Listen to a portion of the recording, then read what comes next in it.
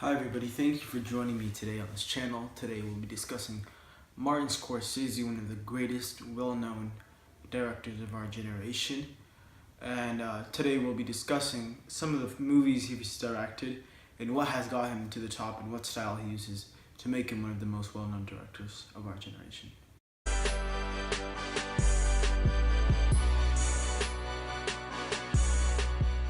So to begin with, why don't we look at some of Scorsese's most well-known films directed by him. And to begin with, Goodfellas, one of the most well-known, highly acclaimed movies of all time. Hugo, Casino, Mean Streets, and Wolf of Wall Street. I've only had the opportunity to watch one of the 5 films, which was The Wolf of Wall Street.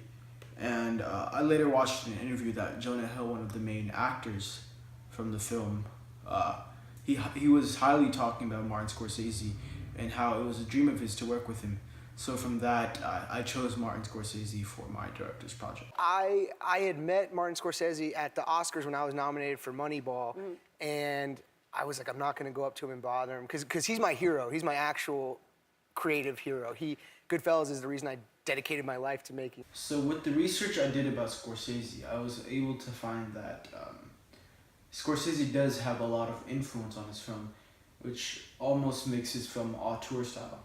But he also has a very structuralist style, meaning everything goes back to back to back.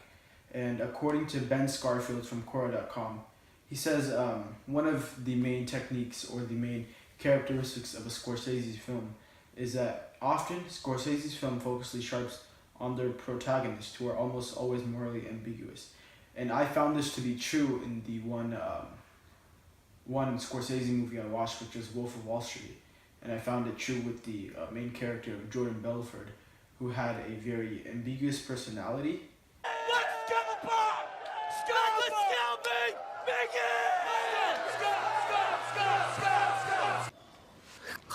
You on the floor like rolling around and shit.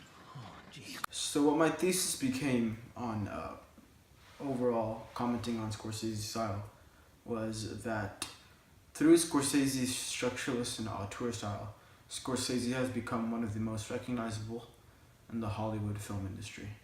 Another distinctive feature of Scorsese's films is his use of different shots, and in particular his use of tracking shots. One of his most famous tracking shots is from Goodfellas, in which the character Henry Hill and his wife go through the basement, and this tracking shot follows them throughout their journey. I like going this way. It's better than waiting in line. How you doing? Good, good. What's up? There you go.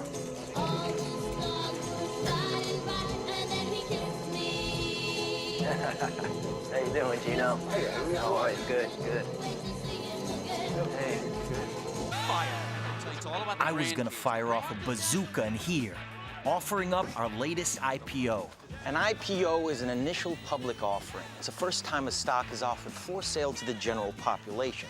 Now, as the firm taking the company public, we set the initial sales price, then sold those shares right back to our friends. Look. Another very interesting characteristic of Scorsese's films is that he begins his films with segments taken from the middle or end of the story. So for example, in Wolf of Wall Street, he doesn't start it from the beginning of his journey as a stockbroker. Yep. On a daily basis, I consume enough drugs to sedate Manhattan, Long Island, and Queens for a month. Okay, Mr. Jordan. So even though he is still considered as a structuralist, being very sequential in his films, he usually takes a clip from the middle or middle of the journey and he makes that as a start, but uses structuralist styles all throughout the film after that. So with these techniques, Martin Scorsese has developed one of the greatest directing styles in Hollywood today. And with this use of structuralism and auteur, meaning that the influence that he has on the movie, it has allowed him to become one of the most well-known directors in Hollywood. And I hope that today I was able to explain Martin Scorsese's style and why he's become who he is today. and I hope that you guys join me again. Thank you very much.